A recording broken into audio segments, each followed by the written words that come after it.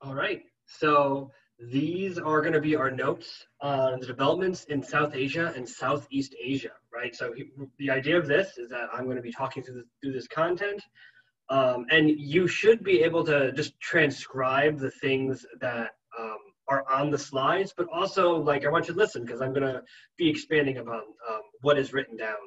Now, also, a thing to think about is that it always helps to also read the chapter as well. And these are going to be around 15 minutes, hopefully, but 20 minutes is probably going to be the ultimate length of these. Okay, so for Unit 1, the most important thing is to really talk about kind of all of these places at once so we can start to organize them and see like these common threads among them, right? So we're going to be pretty descriptive in our lecture today. So when we're talking about South Asia and Southeast Asia, the probably the most pivotal event that happens in South Asia between 1200 to 1450 is the arrival of Islam. So that's why I put the gist there. Like Islam is going to be what we're going to talk a lot about during this chapter.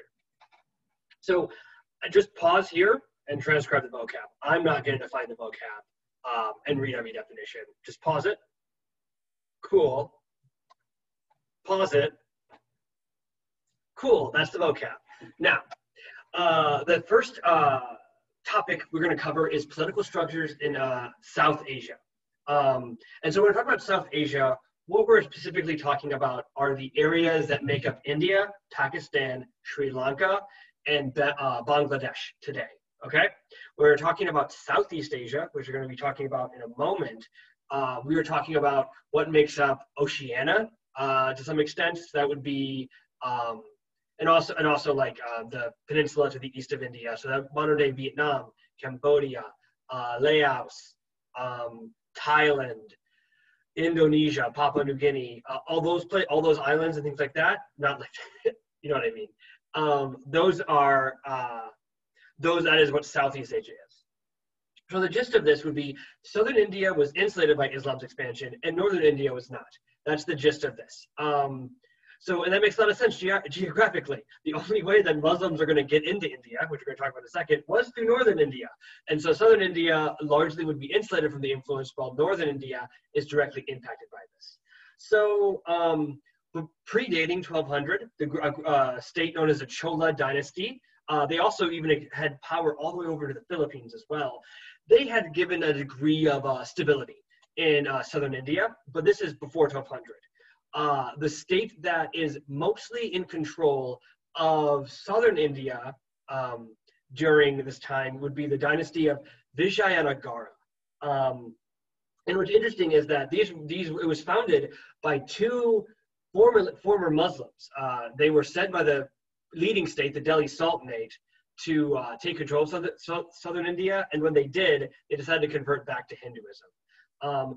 Something to highlight about South Asia in particular, we think about it as this, India specifically as this monolithic state that as it exists today.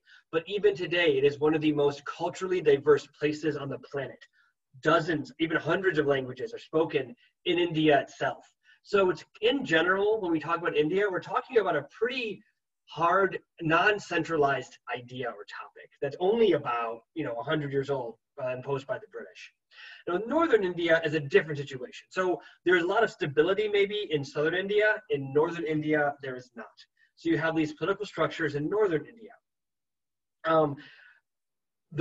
There's a series of kingdoms called the Rajput kingdoms who are always fighting each other. And since they're focused on fighting each other, they're not focused on protecting themselves from external threats. That external threat being the expansion of Islam from the West. Now, historically, the Himalayas, as the largest mountain range on the planet, had conferred a degree of protection from invasion. The only way really to get into India is on land is either to go west through by way of Afghanistan, or east by way of Thailand. And that's really the only way to get into India by land. The entire northern border of India is protected by the Himalayas. So that's exactly where Islam comes from, because what Mr. Broughton talks about in his Dar al-Islam video and what you read about is that Islam is focused in the Arab Peninsula, it expands into the Levant, goes into Central Asia, into modern-day Iran, and then it keeps expanding eastward until it gets into modern-day India. Now, Muslims are not tolerant of Hinduism and Buddhism, and that's going to be covered in a slide in a second. But the state, the Muslim state that really centralizes during this time is the Delhi Sultanate. And in general, as a state, they use their powers to pressure Hindu subjects to convert to Islam. A great example of this would be something called the jizya, which is also known as a head tax, where if you weren't a Muslim, you had to pay a fee to the government to continue practicing your religion. So they were putting economic pressures on people to practice their religion. They also were killing Hindus in some examples if they chose not to convert to Islam as well. They are in general, though, less organized than the Chinese, which I think AMSCO, for some reason, really emphasizes. And something I want to highlight about that is that the Delhi Sultanate are nomadic people initially. They, same thing with Arabs, that they actually, before they settle down into these settled governments, they are more decentralized. And so in general, the Delhi Sultanate is less centralized than the Chinese or even Persian governments that predate the Delhi Sultanate. And eventually they are overthrown through the geographic kind of corridor that is Western South Asia, and a new Muslim dynasty called the Mughals come in. So now we're going to talk about religion in South Asia. So there are three big religions that are important to South Asia at this point. We have Islam, Hinduism, and then Buddhism. Hinduism historically has been the most prevalent religion in India, followed not so closely, but significant minority of people are Buddhists as well. Islam is massively disruptive. And we'll talk about kind of right here in these notes, what are the reasons why Hinduism and Islam historically have not gotten along? So Hinduism is a polytheistic religion.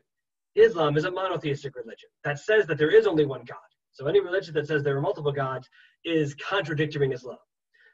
Hinduism routinely portrays gods in artistic objects. In Islam, doing that is a sin. You do not portray even human beings in art in Islam.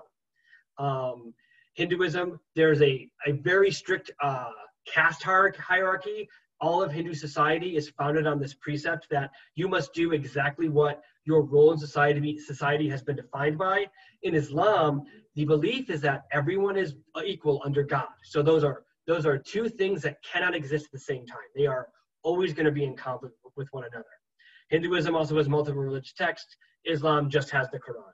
Now, I don't think that's a reason why Muslims and Hindus are killing each other up until this day, but it is another reason they're different from each other. When Islam comes, their goal is to gather as many subjects as possible, adherents as possible. Now, that makes it slightly different from Hinduism. Hinduism is actually not as clear-cut a religion as I've been making it sound. There are parts of India that practice Hinduism that are vastly different from each other. For example, Hinduism is so syncretic of other religions. They more willing to include ideas from other religions. The Christian God and Jesus show up in some sects and communities of Hinduism. And so Hinduism is a very, very flexible religion. In Islam, if you don't kind of follow like what the majority groups say, there's a lot of issues, right? And Broughton probably has already emphasized this idea of sectarian violence among Sunni and Shia. Like there's these two big breaks among Muslims and they can't get along even today. Now, because Islam highlights that everyone is equal under God, people who maybe are losing out in the caste system under Hinduism find Islam more attractive. That makes sense, right? And ultimately, Buddhists actually, in a lot of ways, convert to Islam more readily. And how AMSCO highlights this is that the Buddhists are in a position of disillusion with the religion.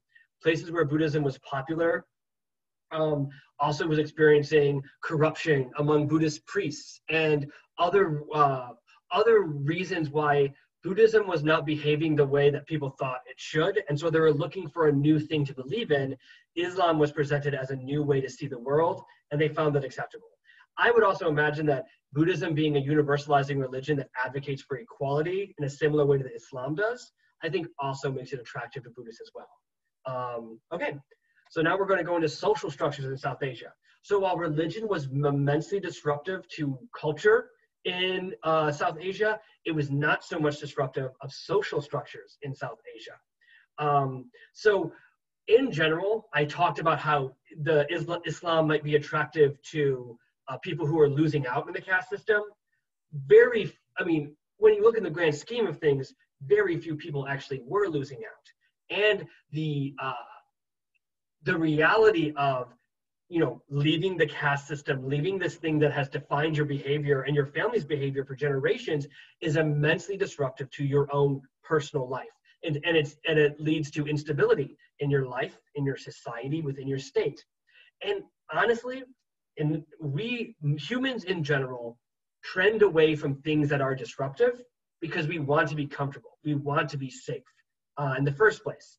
So in general, though the only people who left Hinduism were the people who saw Hinduism as so bad it was worth like upending and uprooting their entire lives for it, right?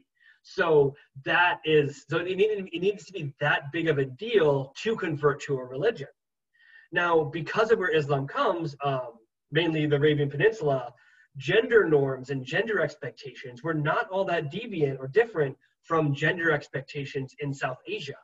So, for example, both societies are patriarchal. So when Islam comes into South Asia, they're not going to change how women are seen because that's actually not a thing they disagree on. However, in Southeast Asia, where you have smaller societies, and typically when we have smaller societies, you depend on, you know, the individual humans more. We kind of see more gender equality in those societies. Women in Southeast Asia, or SEA, actually lost some of their independence with the arrival of Islam and the cultural beliefs that came along with Islam. Now, we next have cultural interaction. So this is a section that talks mainly about how does Islam change the culture of South Asia. And so one of the clearest ways would be that we have Indians who have hundreds of years of academic development, and then you have the Islamic world that is having another hundreds of years of academic development. They combine, their interaction with each other leads to the sharing of ideas, and therefore through the sharing of ideas, new ideas come out of that. So for example, algebra was developed by the Gupta dynasty in South Asia in the first millennium.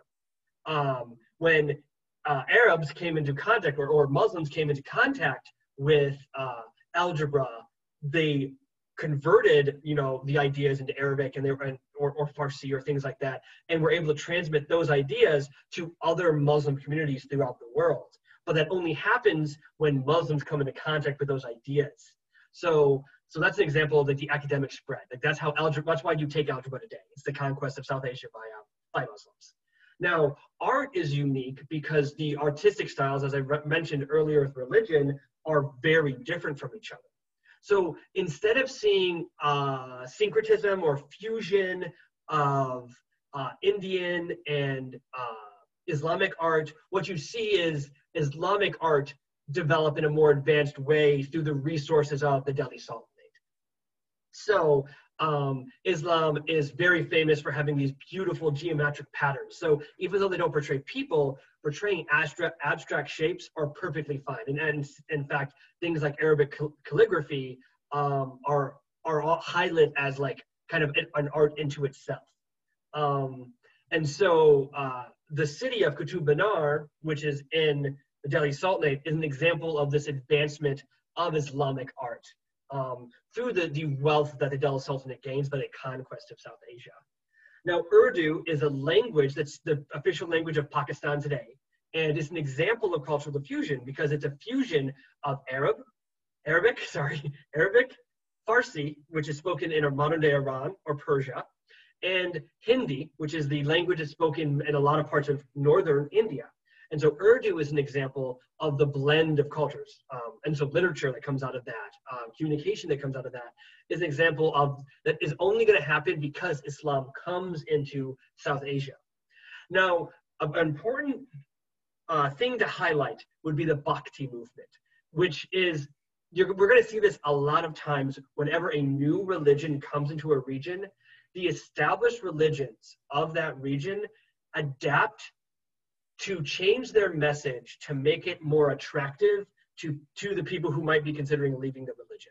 So, well, Hinduism historically has been a very attractive, has been very socially stratified, where you exist and live where you're supposed to live your entire life, and that's what Hinduism is. The Bhakti movement found ways to interpret Hinduism as a more equal society. And that is directly in response to the attractiveness that Islam brought with their equality message. So they're similar to the Sufis that you learn about in the Dar al-Islam chapter, who try to find a way to communicate their religion in a way that was attractive to people who weren't a part of the religion, either like before or currently, right? And so our final section, and we're at 15 minutes, so I figured we were gonna get to 20 minutes. So is Southeast Asia. And so in general, it's divided into two larger sections. You have sea-based kingdoms and land-based kingdoms. The trade route that is essential to understand about the Southeast Asia is gonna be the Indian Ocean. Like this is the place that kind of society centers around throughout South Asia and Southeast Asia. So Srivijaya was a kingdom that was focused mainly on sea-based trade that predates the period, but was Hindu majority. Majapahit was another sea-based empire or kingdom that used their control of parts of the Indian Ocean trade network to expand their power. So both of these states use sea-based trade to generate a great deal of wealth. So what does that look like? They would either, the government would individually fund trade expeditions and then profit like a business. They could tax their ships in their port, like people who'd have to stop to get supplies. They would tax goods that were imported into their kingdoms. And so they become immensely wealthy exclusively because of sea-based trade. Now, in the land-based empires, and so this is going to be in modern-day Cambodia, Laos, Vietnam, and Thailand, states, or also Sri Lanka, which is that larger island off the coast of southern India. You have more kingdoms that are heavily influenced by Indian Ocean trade, but also develop their own, develop governments as well. So in Sinhala, they're funded by merchants because they're on the coast. Obviously, that's going to make sense. They're Buddhist in nature, and the government would use the wealth they accrued from trade to fund infrastructure to make irrigation systems. Now, irrigation systems are structures that are used to distribute water to like fields. And when you can organize that in a certain way, you make your land more productive because you can water land farther away from river valleys, right? Or rivers or water bodies. So like, for example, if you don't have irrigation, you'd have to take like pots of water to the field to water it, and you're only limited by the speed at which you can move that water. Irrigation systems bring the water to that area. And the Khmer, which are going to be in modern day Cambodia and Thailand, and also Vietnam, also develop infrastructure as well. Famously, one of their ruins called Angkor Wat is a massive ornate temple structure, also palace structure that was built in the Mekong River Delta or Mekong River area. And they also developed irrigation to broaden their ability to feed their people. Because if you have food, the more food surplus you can create, the more specialized your labor can be, right? And I think we've highlighted that already in our prologue notes. Important to note that Islam does not come to Southeast Asia through violence. Because in general, putting armies on boats is even risky today, but even more risky back then. So if you're going to try to invade anyone through boats, you are taking risks, a great deal of risks. And so you actually can't really, the islands are themselves very defensible. And so any type of military conquest of these Hindu or Buddhist majority kingdoms isn't possible. But through trade in the Indian Ocean, these states are exposed to Islam more. And as Islam becomes more influential in other governments across the world, but specifically in the Arabian Peninsula and Central Asia, you see Muslim traders have more influence. And so some states just say, well, I want to trade, make more money, and Muslim traders want to trade with me more if I convert to Islam. Looks like I'm going to become a Muslim now. And so that's kind of the calculus that a lot of Southeast Asian states, specifically the island states, like in Indonesia, which is the most populous Muslim nation on the planet today. That's part of the reason why people converted. Now, Sufis, were also instrumental in spreading Islam through this trade, right? Their more tolerant, peace-loving attitude was going to be more effective than the more violent spread of Islam in northern India. So that is those are our notes on chapter 1.3, I believe. Yes. All right. Hope this helped. Goodbye.